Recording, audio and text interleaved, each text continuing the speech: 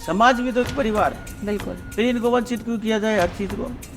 बेरोजगारी इतनी सारी है, अब हर इंसान को तो रोजगार मिलता नहीं और सरकार उसमें कुछ करती नहीं। मुझे हाउस टैक्स देना पड़ रहा है, मेरे घर में पानी आया तो मुझे पानी का बिल देना पड़ा, अगर मेरे घर का पानी सीवर में चला गया तो सीवर का टैक्स देना पड़ा, अगर मेरे सामने की रोड बनी तो डेवलपमेंट चार्ज देना पड़ा, अगर मैं रोड के ऊपर जाना तो मुझे रोड टैक्स देना पड़ा, और उसके बाद में टोल बड़े रोड पे भी चला गया तो टोल टैक्स भी देना पड़ा।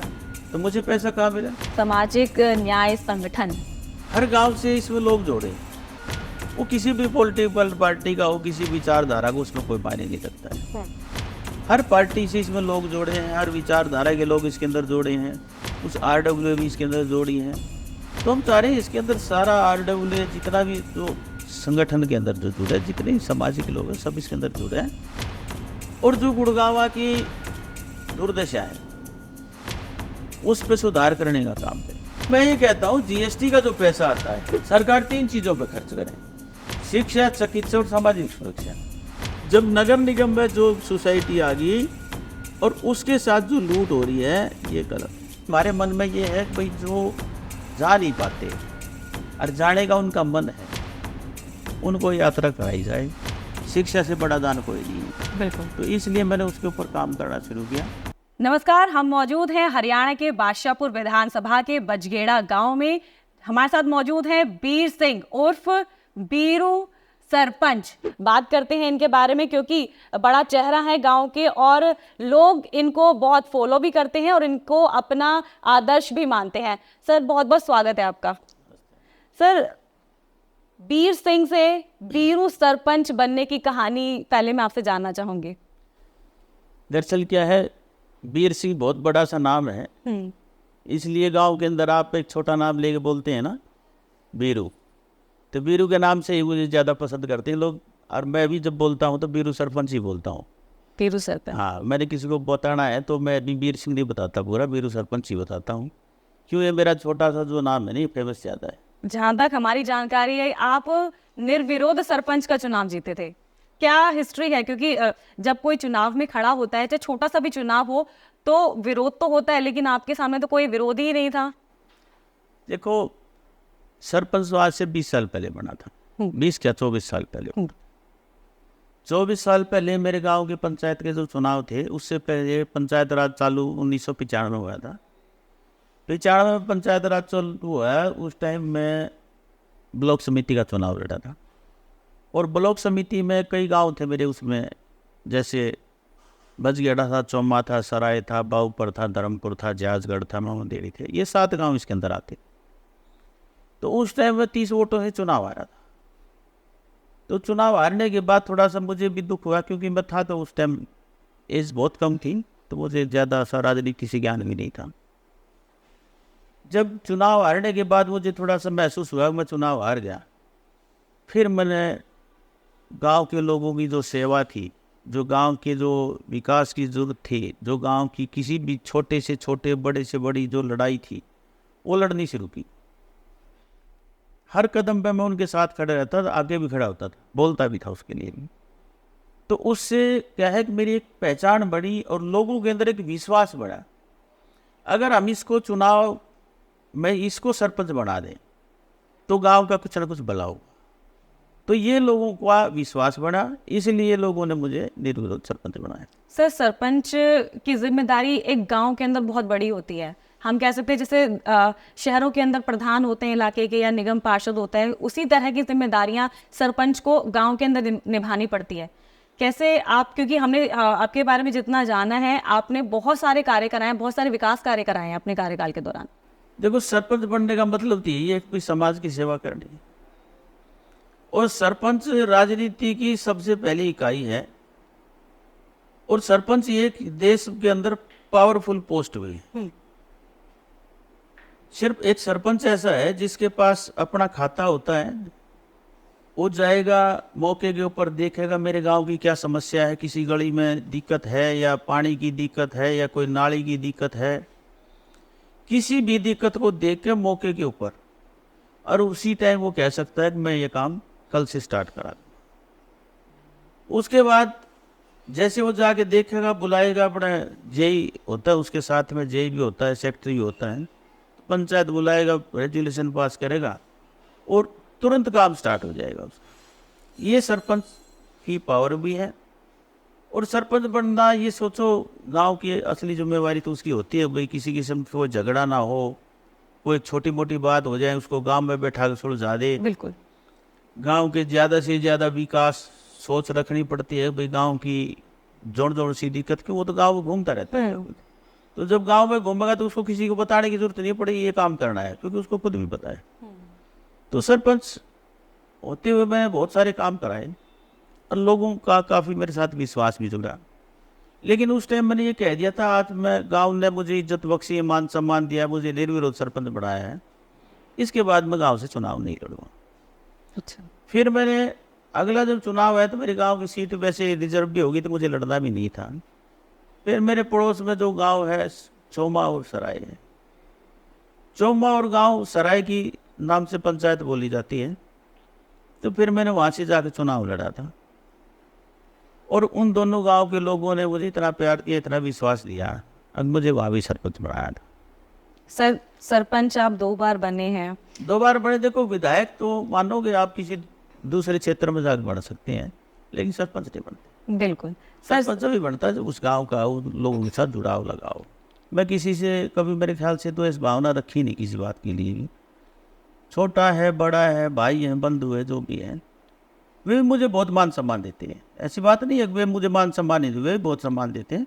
और मैं भी छोटे से लेकर बड़े तक को सबको सम्मान देता हूँ, तो उनके साथ मेरे संबंध बहुत अच्छे हैं। सर, पॉलिटिक्स में आने का जब आपने सोचा, या यूं कहें सरपंच के भी चुनाव में जब आप खड़े हुए थे, आपने कहा पहली बार में आप जीत नहीं पाए थे, कुछ चंद वोटों से आप रह गए थे, तो सर कुछ मन में कोई ऐसी घटना आपके मन के अंदर आई थी, या किसी को देखकर आपने प्रेरणा ली थी? कैसे आपको लगा कि मुझे चुनाव लड़ना है, या मैं इस लाइन को भी अपना आगे बढ़ा सकता हूँ? जी, मैं बता दूँ ना, पहली बार जब मैं चुनाव लड़ा तो उस टाइम तो गाँव वाले ने वैसे लड़ा दिया था। अच्छा, जोश जोश में। हाँ, जोश उसमें लड़ा दिया भाई, इनके परिवार में तो उठा दो, हमारी वोट आ जाएगी। आप पंचायत राज में होता है भाई, ये मेरी वोट दे देंगे, मैं इनके वोट दे दूँगा, गाँव के अंदर बहुत सारी चीज़ें होती हैं। तो उस वजह से मुझे चुनाव राजनीति में ले गया। लेकिन हारने के बाद मुझे महसूस हुआ अब मैं चुनाव हार गया और मुझे क्या करना चाहिए। तब मेरी सोच राजनीति की तरफ बढ़ी। जब मेरी सोच जो है सेवा की तरफ बढ़ी, अब मुझे अब क्या करना चाहिए, तो उसी हिसाब से फिर मैं जब से काम करना शुरू किया, तो गांव ने निर्विरोध बढ़ाया, उसके बाद दूसरे गांव ने भी सरपंच बढ़ाया। फिर उसके बाद हमने सोचा भाई अब 2 गांव हमारे साथ हो गए, 3 गांव भी हो गए, तो विधानसभा बाचापुर क्षेत्र बना भी नहीं था तब तक। तो उस टाइम मेरे पिताजी एक्सपायर हो गए थे। जब मेरे पिताजी एक्सपायर हुए तो मेरा एक सोच थी, मेरा विजन था कि भाई मैं समाज के लिए कुछ करूं। तो समाज के लिए कुछ करूं तो मुझे शिक्षा से अच्छा कोई फील्ड नज़र नहीं आया। तो इसलिए फिर मैंने बहुत सारे गांव के अंदर अपने पिताजी के नाम से गांव-गांव में कमरे बढ़वाए, और उसके साथ सरकारी स्कूलों में। एक भाई शिक्षा से बड़ा दान कोई नहीं है। बिल्कुल। तो इसलिए मैंने उसके ऊपर काम करना शुरू किया। तो किसी किसी गांव में 2 कमरे बनवाए थे, और उस टाइम क्या नाम है, राव इंद्रजीत मंत्री भी रहे, उनसे बुला के उद्घाटन भी करवाए थे, बड़े प्रोग्राम मैंने करवाए थे। सर, बहुत बड़ी फेयर लिस्ट है आपके कामों की। बतौर सरपंच आपने, जहाँ नालियाँ आपको खराब दिखी, आपने नालियाँ ठीक कराई हैं, बिजली की समस्या को आपने दूर कराया है। इसके अलावा आप शिक्षा वाली जो आपने बात बताई, आपने सरकारी ही नहीं बल्कि गैर सरकारी स्कूलों के अंदर भी कमरे बनवाए। ये सब काम तो जब एक इंसान फुल पावर में होता है तब करता है, लेकिन आपने तो शुरू से ही मान लिया है और ठान लिया है कि जो बादशाहपुर विधानसभा है उसके उस क्षेत्र को मुझे दुरुस्त करना है। देखो, बात ये है, जब मैं कहीं जाता हूँ ना, और जाकर वहाँ की समस्या को जब देखता हूँ, जब मेरे हाथ में जो पावर थी, जो मेरी पंचायत के क्षेत्र अधिकार में जितने भी जो काम थे, वे तो उस टाइम में उसी टाइम तुरंत करा दिया गया। क्योंकि मैंने आपको बताया, सबसे बड़ी पॉलिटिकल पोस्ट, सबसे मजबूत ये है अगर ये तुरंत काम करा सकती है, इसीलिए पंचायत राज लागू हुआ था। और अच्छी बात भी है, उसके बाद भी विकास हुआ देश का। दूसरा, मैं जब जाता हूँ तो मैं देखता हूँ कि इनकी इतनी परेशानी है, तो मैं अपनी तरफ से उनकी मदद करने का प्रयास करता हूँ। अगर इनकी इतनी परेशानी है, कुछ इनको बोलता हूँ, कुछ मैं बोलता हूँ, तो इन लोगों का ये काम हो जाए। सर, एक संगठन भी आपने बना रखा है, सामाजिक न्याय संगठन। ये संगठन बनाने की जरूरत क्यों पड़ी है और क्या क्या ये काम कर रहा है संगठन? देखो, सामाजिक न्याय संगठन बनाने की जरूरत क्यों पड़ी, ये सबसे पहले तो मैं आपको बता ही देता हूँ। गुड़गांव के अंदर पूरा भारत बसता है। अलग अलग सोच के लोग हैं, अलग अलग प्रदेश से आए हैं, अलग अलग भाषा हैं। अगर हम इनको किसी पॉलिटिकल पार्टी के साथ जोड़ने का प्रयास करें तो शायद नहीं जोड़ते, और एक सामाजिक न्याय संगठन के साथ जोड़ेंगे तो हर आदमी इसके अंदर अपने विचार रख सकता है, जुड़ सकता है। हमने ये देखा है इतने दिनों के बाद, चलते चलते, क्योंकि गुड़गांव की पॉपुलेशन बहुत सारी बढ़ गई, बहुत सारे लोग आए हैं, तो गुड़गांव का जो विकास होना चाहिए वो विकास नहीं होगा। और जितने भी आज तक हमने नेता बना के भेजे, विधानसभा में जितने भी एमएलए बना के भेजे, वे चुनाव जीतने तक तो जनता के बीच में है। वो कुछ दिन का दौर होता है वो, उसके बाद वे जनता से गायब हो जाते हैं, जीतने वाला भी और हारने वाला भी। कुछ सरकार के साथ जाके बैठ जाते हैं, सरकार के खिलाफ नहीं बोल सकते।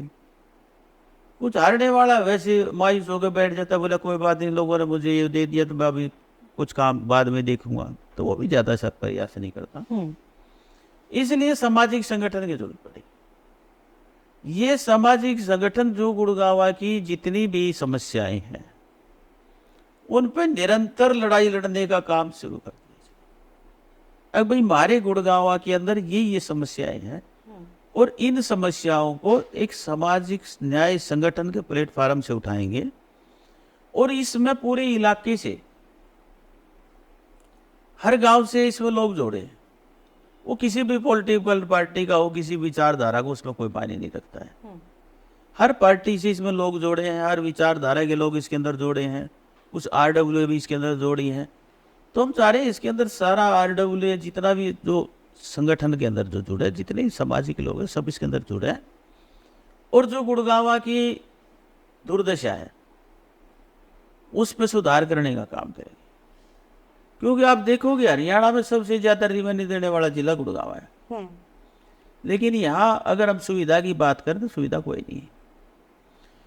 बारिश हो जाए समुद्र बन जाता है। भाई एक बारिश होगी तो आप देखोगे रोड सारी पानी भरी है, बिल्कुल निकलने का रास्ता नहीं मिलेगा आपको, इतना भारी जल भराव है। तो ड्रेनेज सिस्टम ठीक नहीं है, बिल्कुल खबरों की सुर्खियां भी बनता है।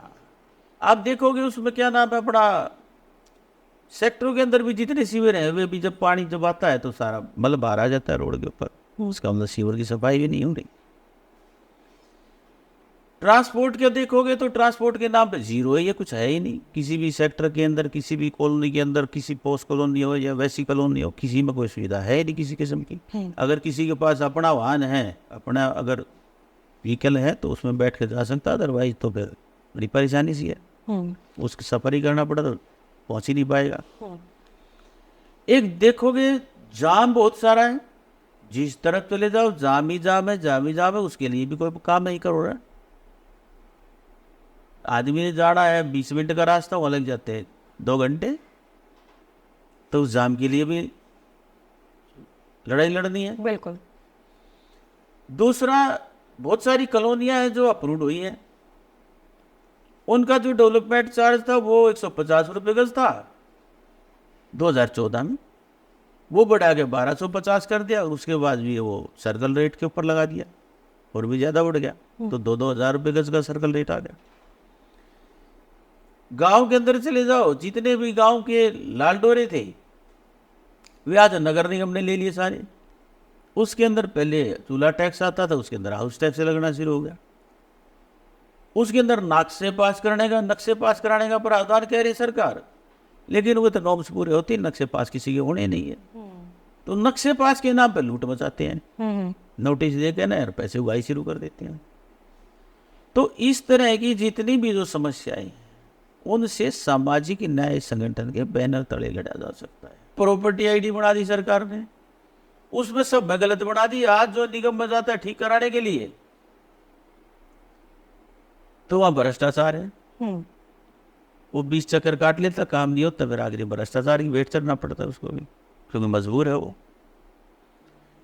फैमिली आईडी बना दी, उसमें जो स्कूल में बालक बच्चा पढ़ता है उसकी भी उसने इनकम शो कर दी, अगर भैया ये भी कमाता है। उसके अंदर जो किसी को बुढ़ापा पेंशन मिलती थी बुजुर्गों को, वो भी उसकी कटनी शुरू होगी। किसी को बीपीएल कार्ड बने हुए थे, उसको आयुष्मान कार्ड भी उसके साथ जुड़ा हुआ था, वो भी उसका कट गया। तो इस तरह की जो छोटी छोटी जो समस्याएं हैं, बड़ी समस्याएं हैं, इन सब से लड़ने के लिए सामाजिक न्याय संगठन बनाया। अगर भाई ये आपकी गुड़गांव की आवाज़ जो है प्रॉपर तरीके से उठाता रहेगा और प्रॉपर तरीके से इसके समाधान कराएगा। गुड़गांव के अंदर देखोगे आप, जितने भी अफसर लगते हैं वे कुछ करके खुश हैं नहीं, क्योंकि वे सारे के सारे सीएम जो होता है वहां से, सीएम के उस पर आते हैं, भाई गुड़गांव के अंदर जाओ और कमाओ। तो आम जनता के बारे में सोचते नहीं, वो भ्रष्टाचार के बारे में ज्यादा सोचते हैं। तो एक आम आदमी तो नहीं लड़ सकता ना, बिल्कुल, तो संगठन लड़ सकता है, इसलिए संगठन बनाया। अगर कोई इस तरह के अफसर अगर काम करेंगे तो उनके खिलाफ सामाजिक न्याय संगठन धरना भी करेगा, प्रदर्शन भी करेगा और जनता को उससे राहत दिलवाएगा। सर अभी तक आपने इस संगठन के माध्यम से कितने लोगों को फायदा दिलवाया है और लोग कितना विश्वास कर रहे हैं संगठन पर? देखो, संगठन ने गांव गांव जाकर लोगों को जगाना शुरू किया है। छोटी छोटी नुक्कड़ सभाएं की, सभा की,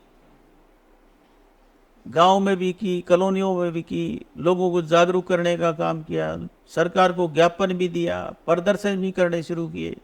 उसमें छोटा सा असर आया था, भाई प्रॉपर्टी आईडी में जो नहीं, फैमिली आईडी के अंदर जितनी त्रुटियां हैं उसको ठीक कराएंगे। हम कह रहे हैं वो खत्म होनी चाहिए। प्रॉपर्टी आईडी के लिए उन्होंने बोला भाई हम कॉलोनियों के अंदर कैंप लगाएंगे, लोगों को वहां जाकर उनको ठीक कराएंगे। तो ये 2-3 सरकार ने उस टाइम हमारी बातों को जो है गौर किया था, भाई हाँ संघर्ष हो रहा है तो लोग लड़ रहे हैं तो ये तो कुछ करें। कुछ कूड़े के बहुत सारे ढेर लगे हुए थे, उसको भी उठवाने का जब हमने उसके ऊपर आंदोलन शुरू किया तो उसका उठना शुरू हुआ।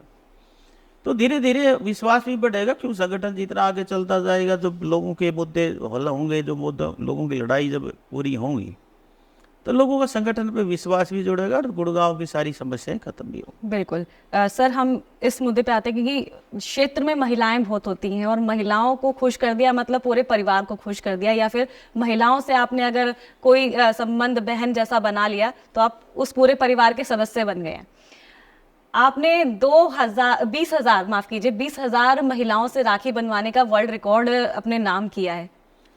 देखो, ये हमारे संगठन चाहता है कि हम हर घर के अंदर पहुंचे, ठीक है, हर घर के अंदर पहुंचे। और संगठन हर घर के अंदर कैसे पहुंच सकता है? अब वो एक रिश्ते के साथ जाए। बिल्कुल। ये हमने पिछले साल भी राखी बंधवाई थी। तो पिछले साल हमने इसका ट्रायल था, 2000 बहनें आई थी जो राखी बांध के गई थी, उसके साथ जुड़ी थी। अब हमने उसको बढ़ाया, भाई पूरे बादशाहपुर विधानसभा क्षेत्र से बहनें आई, वे राखी बांध के जाएं। और अगली राखी परमात्मा की दया से हम चाह रहे हैं कि भाई पूरे गुड़गांव की जितनी मेरी बहनें हैं वे संगठन के साथ जुड़ें और राखी बांध के जाएं।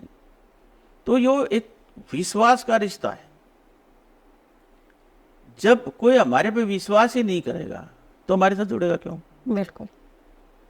जब कोई बहन राखी बांध के जाएगी तो उसका परिवार भी ये सोचेगा भाई बहन अपने भाई के साथ गई है, उस पर गई है, तो उस पर विश्वास भी बढ़ेगा और वे दिल से संगठन के साथ जुड़ेंगे, दिल से इसकी लड़ाई लड़ेंगे, जो गुड़गांव का आने वाला जो समय है उसके लिए बहुत ही जरूरी है।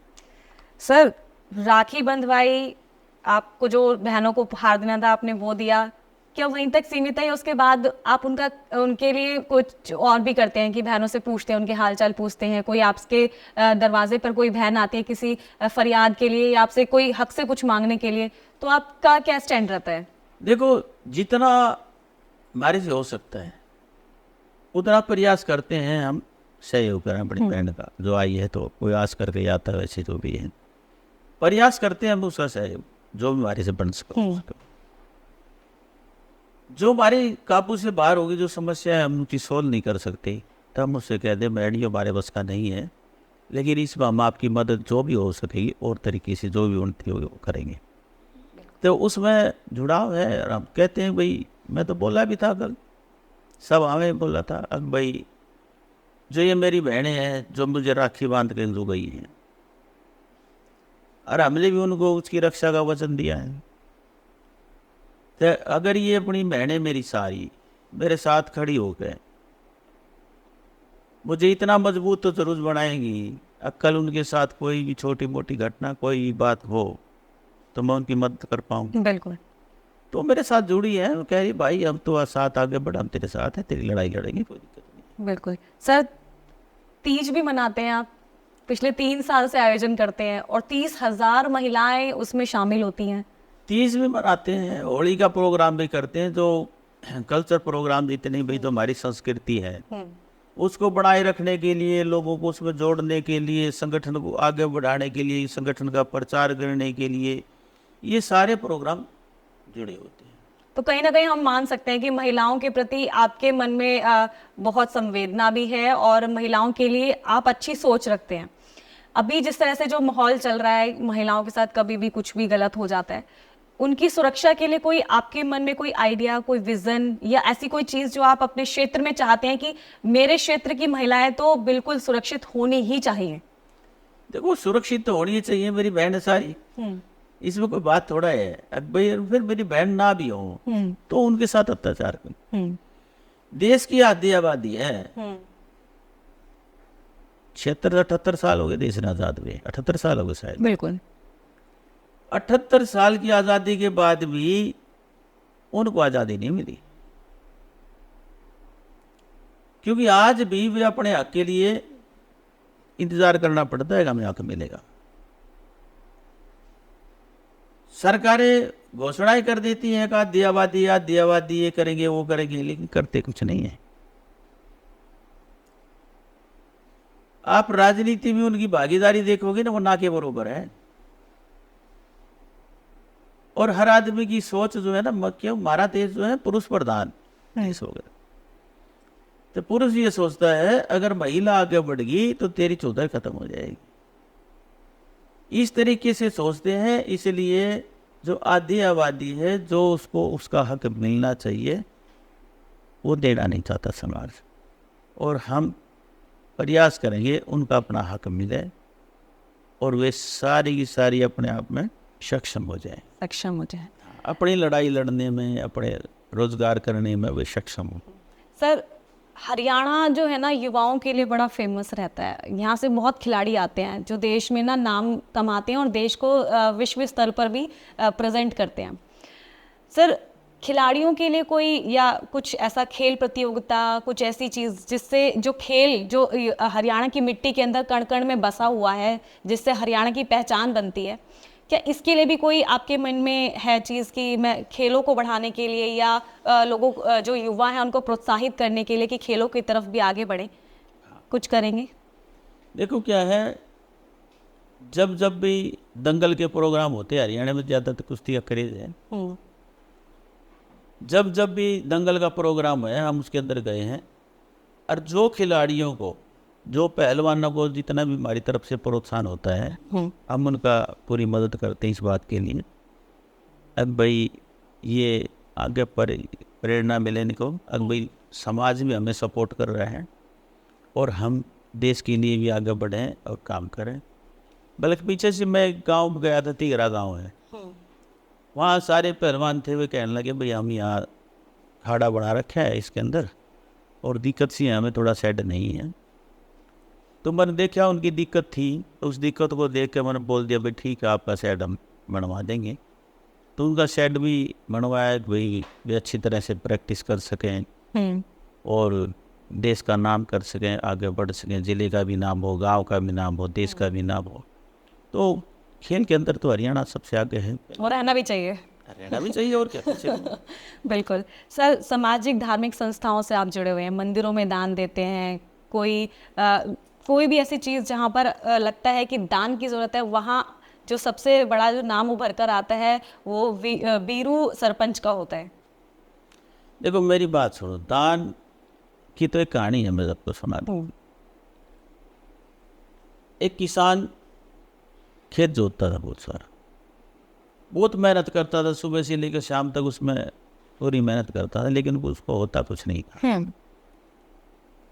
तो उसके वहाँ से नारद मुनि जाता था, नारद मुनि प्रेस रिपोर्टर था, और उसका सीधा भगवान के दरबार में एंट्री थी।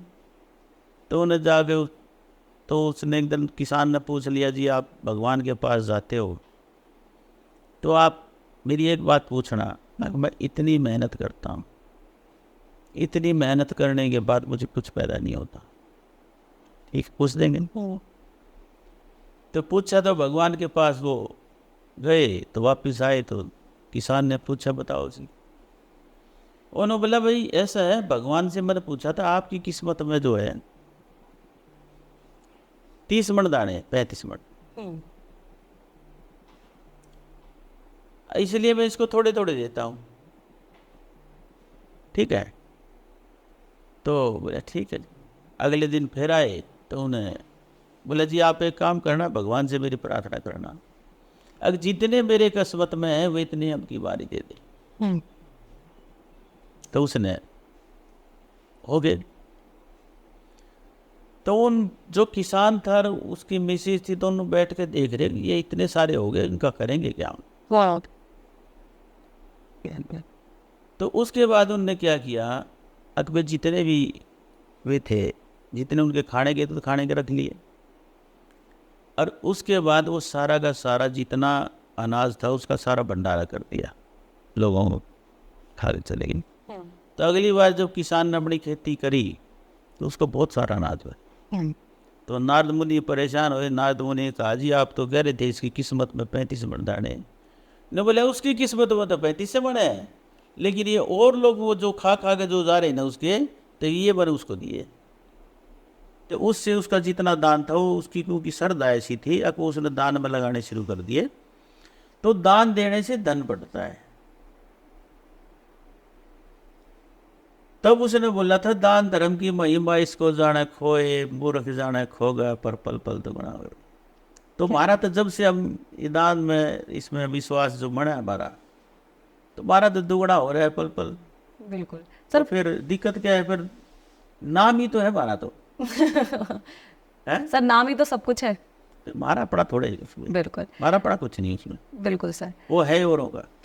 सर पॉलिटिक्स में जब लोग आते हैं ना, आज के समय में स्पेशली, पहले होता था कि सेवा के भाव से आते थे, लेकिन अभी जो जोनर चल रहा है उसमें पॉलिटिक्स में आने का मतलब है पैसा कमाना।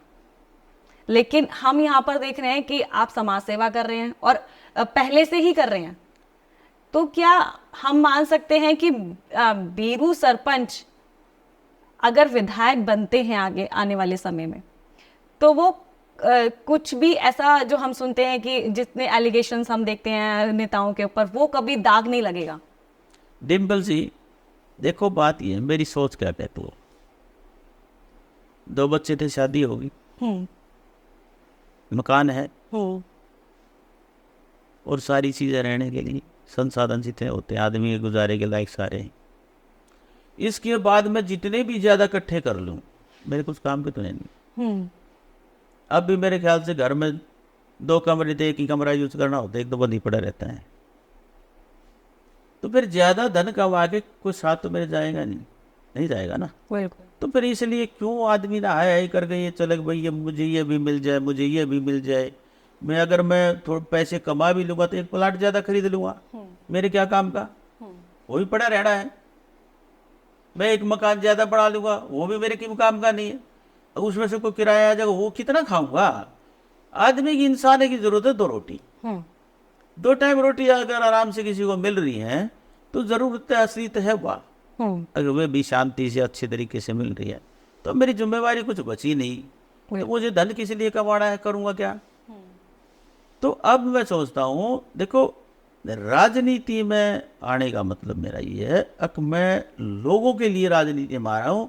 अब मेरी जो सोच है, मेरे अंदर जो हौसला है, जो हिम्मत है, मैं उन लोगों के लिए लड़ूं जिनको इसकी जरूरत है। और जो सरकार के अंदर जो भेजते हैं हम, देखो दो तरीके के लोग, एक है ईमानदार, एक है बेईमान। जनता के टैक्स के पैसे होते हैं सरकार के पास, सरकार का वो पैसा थोड़ी है, जनता का टैक्स है। अगर ईमानदार आदमी सरकार में है तो वो जनता के लिए खर्च करेगा, अगर बेईमान आदमी सरकार में गया तो वो अपने लिए खर्च करेगा। तो इसलिए जनता भी चाहती है वो ईमानदार आदमी हो और जनता के लिए पैसे खर्च हो। अगर जनता के लिए पैसे खर्च हुए होते हैं तो गुड़गांव का ये हाल थोड़ा ही होता, ना ट्रांसपोर्ट है।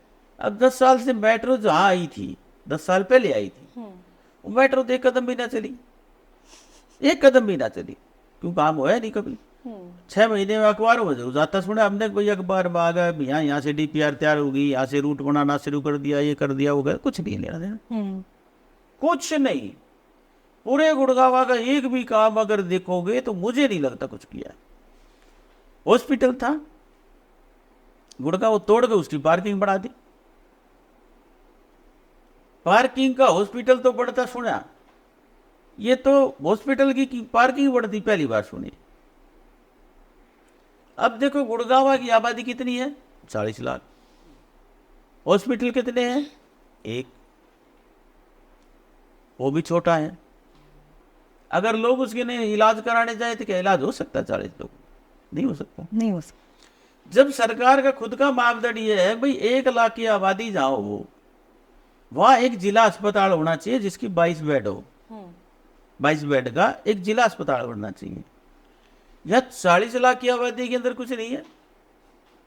या बड़े बड़े हॉस्पिटल तो जरूर बड़े, सब प्राइवेट हैं, लेकिन सरकारी के नाम पर कुछ नहीं है।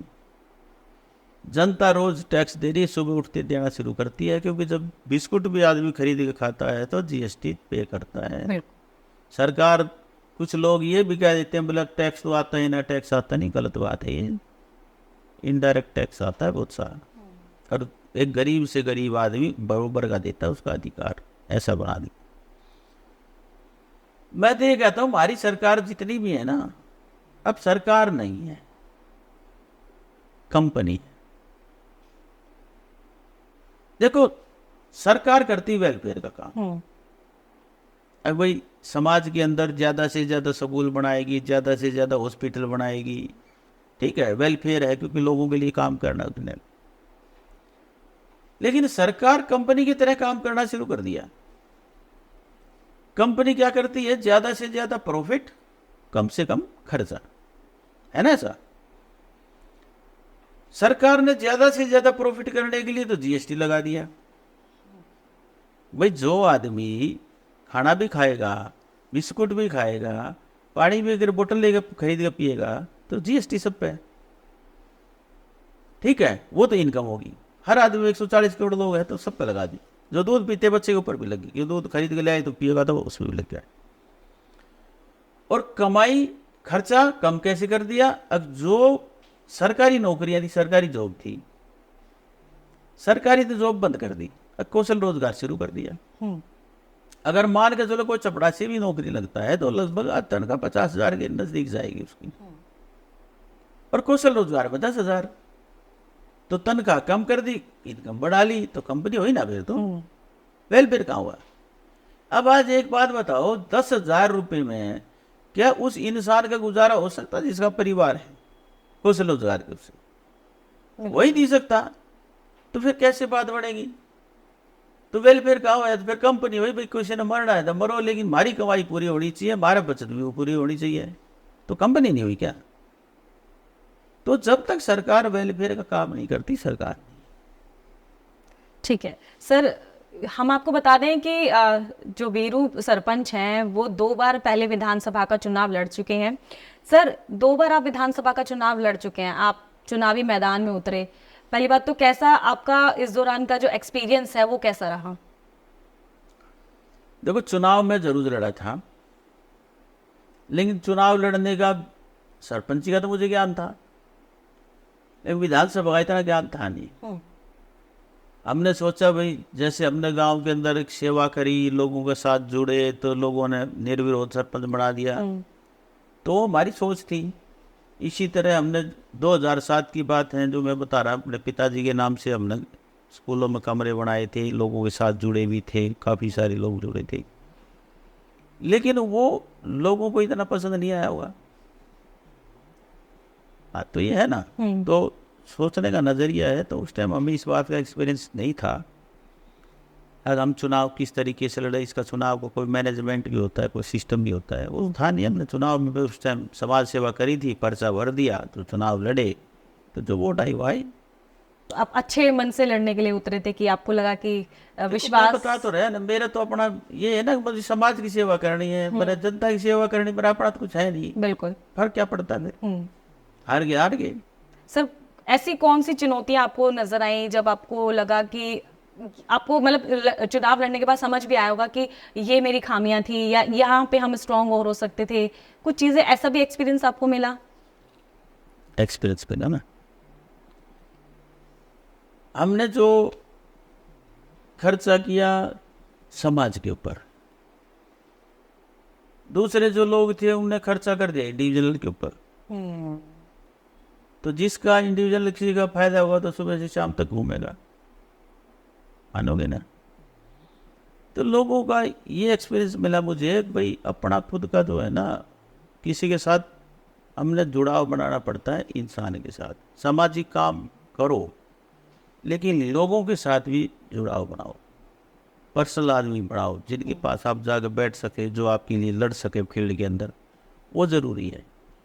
तो उसके बाद हमने 2014 में भी चुनाव लड़ा था बसपा से, लेकिन उस टाइम तो हम थोड़े टाइम पहले राजनीति में लड़ने के लिए आए थे, और हमने 100 गज के प्लाटों का आंदोलन भी किया था, गरीब आदमी को प्लाट मिलने चाहिए, लेकिन वो बेचारे मिल नहीं पाए, क्योंकि सरकार ने बोल दिया भाई नगर निगम के दायरे में आने वाले जो गांव उनको प्लाट नहीं दिया हमने, बोले इनको फ्लैट देंगे। फ्लैट भी क्या, 22 गज का फ्लैट, उसमें खड़ा होने से पहले, घुसने से पहले तो ख़त्म ही हो जाता है। तो ऐसी हो रही लड़ाई। तो अब हमने पूरे मन के साथ आए हैं, कोई लोगों के साथ भी हम जाके कनेक्ट भी हुए हैं, लोगों से मिले भी हैं, बातचीत भी करी हैं। जो बहनों से जो रक्षाबंधन का जो त्यौहार मनाया, उससे ही बहनें मुझसे टच हुई हैं। तो बहुत सारी बदलाव किए हैं उसमें। परमात्मा चाहिए तो सफलता मिलेगी तो समाज की सेवा करेंगे, और पूरे गुड़गांव की सेवा करेंगे, पूरे मन से करेंगे, अच्छे मन से करेंगे, जिससे कि हम ये दिखा सके कि हम आपके लिए ही लड़ने के लिए आए थे, अपना कोई मतलब नहीं था। सर, हम तो चाहेंगे कि आप जीते, क्योंकि जिस विचारधारा के साथ आप चल रहे हैं वो ऐसी मानसिकता शायद बहुत कम लोगों में होती है। सर, 100 गज वाली जो प्लॉट की जो आपने बात करी, हम पहले इसको डिस्कस कर लेते हैं, क्योंकि ये बहुत ही हॉट टॉपिक है आपके इस क्षेत्र का। गरीब लोग हैं, एससी तबके के और इस तरह के, आप उनको चाहते हैं कि 100 गज के प्लॉट मिले। सर, ये आपके मन में कब आया, कैसे आया? क्योंकि कहीं ना कहीं आपने उनकी दुख पीड़ा कुछ तो देखा होगा। देखो क्या है, मैं बताता हूँ, मैं गांव का सरपंच तो रहे हूँ, और मैं लोगों के अंदर भी जाता रहता हूँ, और मेरे साथ ज़्यादा मैं गरीबों के पास ही जाता हूँ। जो मेरा मेल मिलाप भी ज़्यादा है, तो वही गरीब समाज से ही ज़्यादा है। तो मैं जाके जब किसी घर पे जाता हूँ, तो उसका छोटा घर होता है, बच्चे भी कई होते हैं, बैठने की भी जगह नहीं होती, फिर भी वो अपने मान सम्मान से बैठाने की बात करता है, भाई आ जा, इज्जत मान तो देता है यार, आदमी कोई नहीं है। अब उनका मैं ये देखता हूँ, भाई इनकी कमाई क्या है, कमाई तो कुछ है नहीं। भाई जो पहले सरकारी जॉब थी, वो ठेकेदारी मांगी, नगर निगम के अंदर एरिया आने से उनके खर्चे बढ़ गए। पहले चूल्हा टैक्स लगता था, अब हाउस टैक्स लगना शुरू हो गया। पहले चूल्हा टैक्स लगता था, वो 30 रुपये 20 रुपये था, अब हाउस टैक्स गजों के हिसाब से लगना शुरू हो गया। सीवर का टैक्स आना शुरू हो गया, पानी का उसके ऊपर बिल आना शुरू हो गया, डेवलपमेंट चार्ज भी सरकार लगा रही है, निगम तो कह रहा है मैं विकास करूंगा तो पैसे मिलूंगा। तो जब खर्चे तो कई बढ़ गई, लेकिन इनकम उसकी 1 रुपए की भी नहीं बढ़े। तो मुझे ऐसा लगता है, अगर ये लड़ाई इनकी नहीं लड़ी गई, इनको अगर प्लॉट नहीं मिलते, तो इन लोगों की जमीन खरीदने की गुंजाइश नहीं है किसी के पास, क्योंकि संसाधन ही नहीं है, इनकम का कोई साधन नहीं है, संसाधन कमाएगा कैसे? तो पैसे होंगे तभी तो खरीदेगा, बिल्कुल। तो पैसे होंगे नहीं तो खरीदेगा नहीं। क्यों आज जो कौशल रोजगार में जो 10,000 12,000 रुपये जो मिल रहे हैं, उससे तो मेरे ख्याल से आदमी खाना खा सकता है, इससे ज़्यादा कुछ सोच भी नहीं सकता, इससे ज़्यादा वो सोच नहीं सकता। तो मैं ये कहता हूँ भाई, आने वाले समय में इन लोगों के पास रहने के लिए जगह नहीं होगी, किराए पर रहना पड़ेगा, तो फिर इनके हक की लड़ाई सरकार से लड़नी चाहिए, इनको प्लाट मिलने चाहिए, क्योंकि खरीद ये पाएंगे नहीं, और मकान इनके पास इसलिए नहीं बचेगा क्योंकि एक परिवार है वो बढ़ता चला जाएगा, बढ़ेगा तो छोटा होगा, जगह कम, बढ़ती तो है नहीं। बिल्कुल। तो इसलिए मैं सोच रहा हूँ इन सबको प्लाट मिलने चाहिए, ये लड़ाई है आने वाले समय की उनकी। सर अभी तक तो आपने इसके लिए बहुत कुछ किया भी होगा। हमने इसके लिए आंदोलन भी किया था, बता तो रहे ना, 100 गज का पहले इसके लिए आंदोलन किया था, लेकिन लोगों को उनने सरकार ने बता दिया निगम में नहीं दिया, अब छोटे छोटे फ्लैट देंगे, लेकिन वो छोटे छोटे फ्लैट भी कोई नहीं देंगे किसी को। ठीक है, हरियाणा में चुनावों का बिगुल बज चुका है और बीरू सरपंच भी इस चुनावी मैदान में उतरने वाले हैं। बात करते हैं सर से कि आखिर किन मुद्दों को लेकर उतरेंगे, क्या उनकी गारंटियां हैं और क्या वो क्षेत्र के अंदर विकास करना चाहते हैं। बीरू जी, क्या गारंटियां लेकर आप समाज के सामने जाएंगे, क्योंकि आप बादशाहपुर विधानसभा से एक बार फिर से तैयारी कर रहे हैं। देखो, गारंटी तो ये है, गुड़गांव के अंदर 4 तो हॉस्पिटल बनने चाहिए, 250-250 बेड के। जितने जोन है 4 जोन बना रखे, जोन वाइज हो, क्योंकि उस क्षेत्र के लोगों को वही इलाज मिले। ये नहीं है कोई उस क्षेत्र, उस कोने से इस कोने पे आए, इस कोने से उस कोने पे जाए, नहीं, उसी एरिया के अंदर उनको इलाज मिलना चाहिए। इस तरीके से हम चाह रहे हैं, हमारा विजन क्लियर है कि यह लड़ाई हम लड़ेंगे। क्योंकि आज आप देखोगे सरकारी में चले जाओ, आदमी की जान नहीं बचती, और प्राइवेट में जाओ तो मकान नहीं बचता। क्योंकि सरकारी में आप जाओगे, किसी आदमी के कैंसर हो जाए, बड़ी बीमारी हो जाए, उसके पास जाओगे हॉस्पिटल में 6 महीने 1 साल पीछे की डेट मिलती है। क्या 1 साल तक बीमारी इंतजार करेगी? नहीं करेगी ना, तो उसकी जान बेचारे की चली जाएगी। अगर प्राइवेट में चले जाओगे, जाते के साथ आपका एडमिशन हो जाए, इलाज भी चालू कर देंगे, ठीक है, लेकिन लाखों की रकम जमा करानी पड़ेगी। जिसके पास लाखों रुपए नहीं है वो क्या करेगा? अपना कुछ ना कुछ बेचना पड़ेगा। अगर उसके पास बेचने के लिए नहीं है तो उसने कर्ज लेना पड़ेगा, वो कर्ज में दब जाएगा। तो इसलिए गुड़गांव में क्या, पूरे देश में होने चाहिए हॉस्पिटल, प्रॉपर तरीके से बनने चाहिए, और गुड़गांव की आबादी के अनुसार होना चाहिए। या तो एमसी बनना चाहिए असलियत में, तो भाई आबादी इतनी है तो एमसी बनना चाहिए। तो ये हमारा इसमें विजन है। दूसरा है हाउस टैक्स। गांव के अंदर, लाल डोरे के अंदर, और उसकी गांव की विस्तारित आबादी जो पुरानी आबादी है, उसके अंदर हाउस टैक्स नहीं होना चाहिए, नक्शे पास नहीं होने चाहिए, क्योंकि वहाँ की गलियां बड़ी छोटी छोटी है, वो नॉर्म से नहीं बनता उसका नक्शे पास हो। क्योंकि पंचायत की जमीन थी वो सरकार ने चली गई, निगम के पास चली गई, जो उसमें पैसे थे, क्या नाम है, एक्वायरमेंट के जो पैसे थे वे भी सरकार ने ले लिए। तो दोनों चीज उसने ले ली, तो फिर वो हाउस टैक्स क्यों लगाया उसमें? वो नहीं होना चाहिए। कॉलोनियों के अंदर जो सरकार ने जो डेवलपमेंट चार्ज जो बढ़ाया है, वो डेवलपमेंट चार्ज उसका कम होना चाहिए। क्योंकि आप देखोगे अनऑथराइज कॉलोनियाँ जितनी अनअप्रूव्ड थी, जो अप्रूव्ड करी गई हैं, हर कॉलोनी के अंदर गली की चौड़ाई 20 फुट है, किसी की 25 होगी, नहीं तो 20 फुट है। और 200 गज का अगर किसी का मकान प्लाट है तो उसका 30 फुट का फ्रंट है। तो 30 बाई 20 की गली के अंदर 4 लाख इससे 4 लाख इससे भाई कराना तो बहुत ज्यादा पैसे हो गए। तो हम ये कह रहे हैं सरासर गलत है। तो इसका जो 100 गज से नीचे के वे तो फ्री होने चाहिए, और उनका 150 रुपये गज ही होना चाहिए, इससे ज्यादा नहीं हो। क्योंकि फिर भी 30,000 इसके आएंगे, 30 से 60 फुट के एरिया के अंदर 60,000 रुपये खर्च नहीं होते, फिर भी नहीं होते। लेकिन चलो उसको वाजिब मान लेते हैं हम, तो 150 रुपये गज होना चाहिए, उसकी लड़ाई लड़ेंगे, वो ये इतना रहना चाहिए। क्यों लूटने लग रहे लोग, क्यों लूट रही सरकार उनको? तो ये विजन भी हमारा क्लियर है।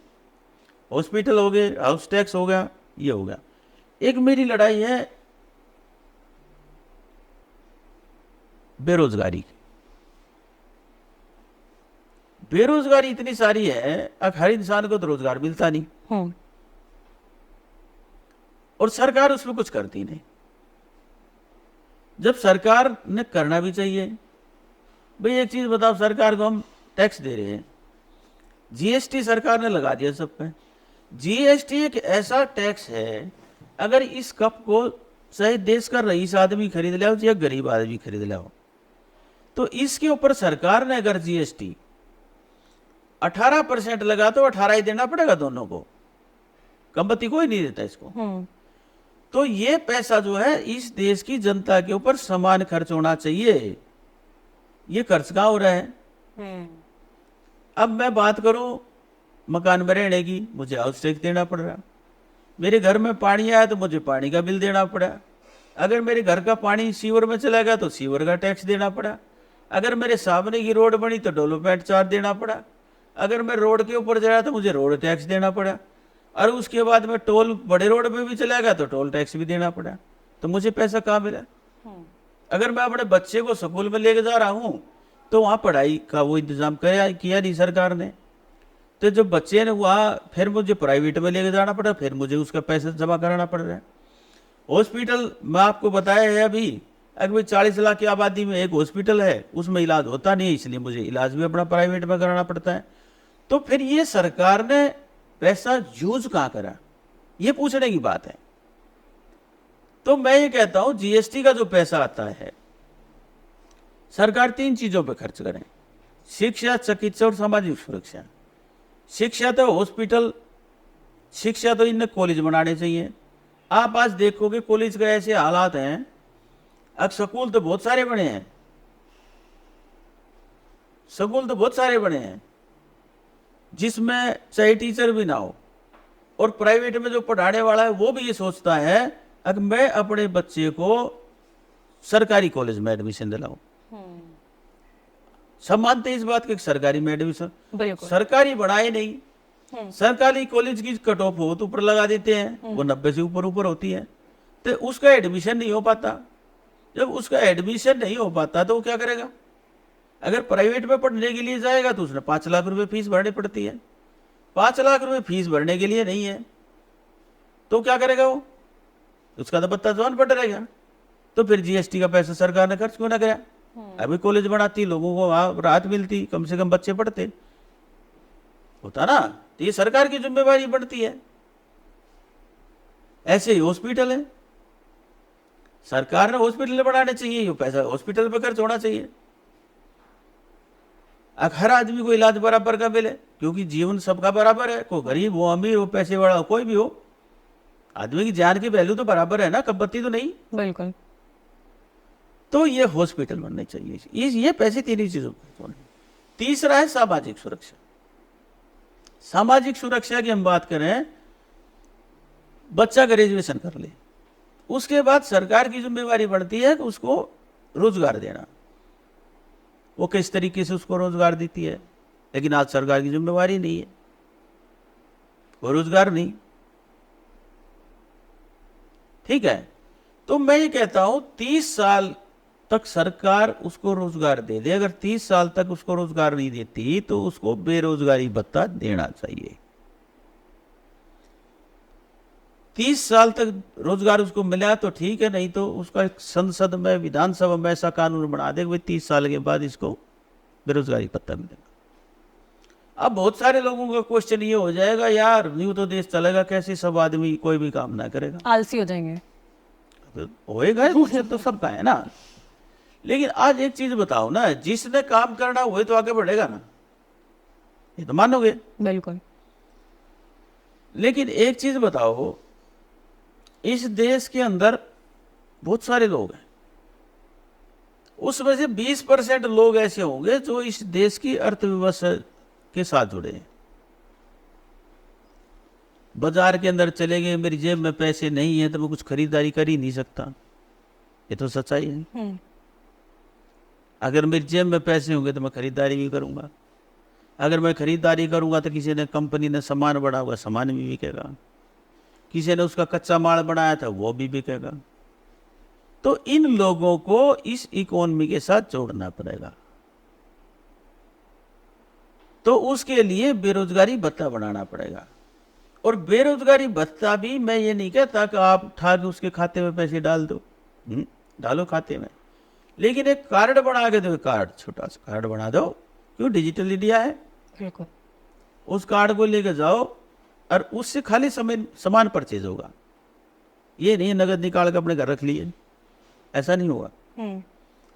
और जितने आपने खर्च करे उतना ही पैसा अगली बार आएगा। उसकी लिमिट है 10,000। 10,000 में 2,000 खर्चा 2 आ जाएगा, 8 खर्चेगा 8 आ जाएगा, 10 खर्चेगा 10 आ जाएंगे, क्योंकि उसकी जरूरत है उसी खर्चेगा ना वो।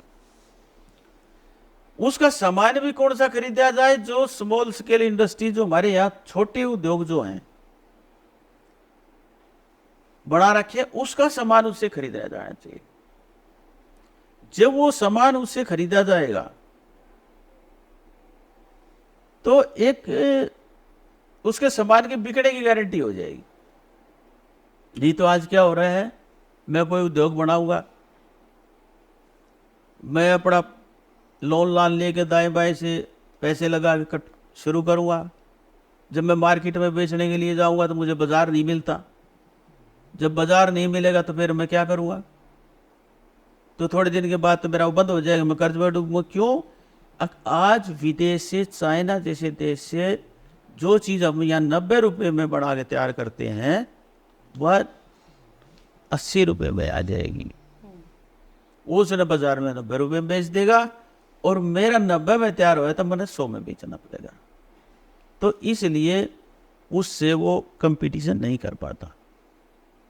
तो मैं ये कहता हूँ, जब बेरोजगारी भत्ता आप उसका बढ़ा दोगे तो जो ये यहाँ सामान बना हुआ है वो सामान उससे बिकना शुरू हो, जिससे कि जो आदमी खाली पड़ा है वो आदमी सरकार में हिस्सेदारी में आ जाए, जिससे सामान बिके, सरकार का रेवेन्यू बढ़े। अब एक चीज़ मतलब सारे लोग, आज 2.25 लाख करोड़ रुपए जीएसटी आया है, ठीक, 1,75,000 करोड़ महीने का है। अगर ये सारे लोग, इसमें 20% लोग जुड़े हैं, सारे के सारे लोग इससे जुड़ जाएं, सारे के सारे, तो ये जो अपना जीएसटी है ये 10 लाख करोड़ से ऊपर चला जाएगा महीने में, जिससे कि हम लोगों को बेरोजगारी भत्ता भी दे सकते हैं, क्योंकि किसी का सामान बिकना शुरू होगा, किसी की फैक्ट्री चलनी शुरू होगी, हम उससे रोजगार भी देंगे, क्योंकि जो कच्चा सामान बना रहा है उसको भी लोगों की जरूरत होगी, तो उसको वहाँ रोजगार मिलेगा। जिसने फैक्ट्री डाली है वो भी सामान बना रहा है, उसने 2 आदमी की जरूरत पड़ेगी, तो इससे जॉब भी क्रिएट होंगी। और जो आदमी आज जो भूखा मर रहा है, ये सोचता है मैं सरकार क्यों बनाई, उसको भी राहत मिलेगी। इससे देश आगे बढ़ेगा, तरक्की करेगा, क्योंकि हर आदमी अगर इसके साथ जुड़ेगा तो तरक्की करेगा। सर, इसके अलावा और कोई मुद्दे ऐसे जिनको आप अपनी गारंटी में शामिल करके हैं?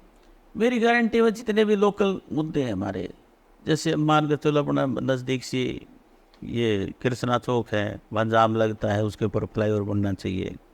इस तरीके के बहुत सारे, जिसे पूरे गुड़गांव के अंदर जितने सफाई का तो है, सफाई का तो एक करानी पड़ेगी, वो तो एक जिम्मेवारी बनती है। बिल्कुल। एक जो अपनी सोसाइटियाँ हैं, ग्रुप हाउसिंग सोसाइटी बहुत सारी बनी गुड़गांव में, देखोगे मेरी विधानसभा के अंदर बहुत सारी है। उनके साथ बहुत भारी लूट है। किस बात में? मेंटेनेंस के नाम पे उनके साथ लूट हो रही है,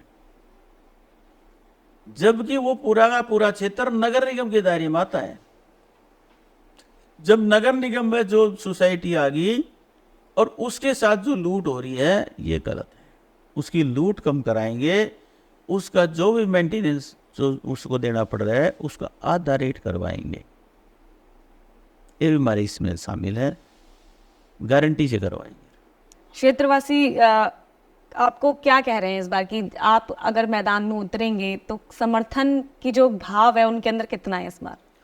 देखो, समर्थन का भाव तो जो मेरी बहनें जो मुझे राखी बांधने आई थी उन्हीं से पता चल जाता है। 20,000 क्षेत्र से राखी बांधने आ गई तो समर्थन तो है। और जब भी हम कहीं जाके कोई सभा करते हैं उसके अंदर हजारों की संख्या में पहुंचते हैं तो समर्थन तो है। तो समर्थन तो है। सामाजिक न्याय संगठन लड़ाई लड़ेगा और इसको पूरा समर्थन मिलेगा, हर तरीके से समर्थन मिलेगा। लोग इसके साथ हैं, जनता की लड़ाई लड़ेगा, जनता के मुद्दे हैं उनको हल कराने का काम करेगा। सर, एक बहुत अच्छी चीज आपके साथ और जुड़ी हुई है कि सरकारें तो अब कर रही हैं कि धार्मिक यात्राएं करा रही हैं, लेकिन आपके बारे में जितना हमने जाना है, आप बरसों से लोगों को धार्मिक यात्राएं करा रहे हैं। देखो, धर्म के साथ जुड़ना और बुजुर्गों की सेवा करना, धार्मिक यात्रा, देखो क्या होता है, कई बहुत सारे बुजुर्ग इसे हैं, अगर वे चाहें अगर मैं चला जाऊं, लेकिन बच्चे को समय ना हो इसलिए वो ले जा नहीं पावे। वो कहेगा कि माँ की बार रुक जा, अगले साल देखेंगे। वह फिर बेचारी बैठ जाएगी मनसा बना के रख चलो। तो हमने ये देखा कि भाई जितने बुजुर्ग हैं इनका तीर्थ करवाना भी एक समाज की सेवा है। मेरा मन हो अगर मैं खाटू श्याम जाऊं और मैं ना जा पाऊं और मुझे कोई लेके जाए तो मुझे बहुत अच्छा लगेगा। तो इसलिए हमारे मन में ये है कि भाई जो जा नहीं पाते और जाने का उनका मन है, उनको यात्रा कराई जाए, जिससे कि उनका प्यार हमें मिलता रहे, उनका विश्वास हमारे साथ जुड़ा रहे, उनका आशीर्वाद हमें मिलता रहे। इसलिए हम धार्मिक यात्रा करा रहे हैं। सर, बहनों के भाई बन गए हैं, बुजुर्गों के बेटे बन गए हैं, तो हर परिवार में आपका रिश्ता है। देखो, समाज तो यही तो है, परिवार तो है ना, समाज भी तो एक परिवार है। बिल्कुल। फिर इनको वंचित क्यों किया जाए हर चीज को? एक बात बताओ, बुजुर्ग की सेवा करना तो एक फल है ना, तो जरूरी है, तो उनको वंचित क्यों करें? सर, अपने क्षेत्र की जनता से आप कुछ अपने दिल की बात कहना चाहते हैं हमारे माध्यम से, या फिर कोई ऐसी चीज जो आपको लगता है कि आपको कोई अपने जो समाज है, अपने क्षेत्रवासी हैं, उनको कोई मैसेज देना है, तो आप फ्री हैं, आप मैसेज दे सकते हैं। देखो, मेरी बात सुनो ना, जो हमने अब तक आपसे डिस्कस किया वो सारी हमारे दिल की आवाज थी, और इस क्षेत्र की आवाज थी, इस क्षेत्र के लोगों की आवाज थी। तो इसलिए मेरा तो मैसेज यही है, अब सारे जो लोग हैं, क्षेत्र के जो लोग हैं, जितनी मेरी बहनें हैं, वे सारी मिलकर ने अपने भाई को विधानसभा भेजने का काम करें, जिससे कि उनके साथ कोई भी छोटी मोटी दिक्कत हो, उनका भाई इतना मजबूत हो जाए, अब उनके उस दिक्कत में उनके साथ खड़ा मिले और उनका हल करवा सके। बिल्कुल। तो ये थे हमारे साथ बीरू सरपंच जी, जिनकी जीवन के बारे में हमने बहुत कुछ जाना, किस तरह से वो राजनीति में है हमने ये भी जाना, और समाज के लिए क्या विजन रखते हैं, अपने क्षेत्र के लिए क्या विजन रखते हैं, गुड़गांव के लिए क्या विजन रखते हैं, बादशाहपुर विधानसभा के लिए क्या विजन रखते हैं, और खुद अपने गांव के लिए क्या विजन रखते हैं। उन्होंने बहुत बखूबी आप सबके सामने अपनी सारी बातें रख दी हैं।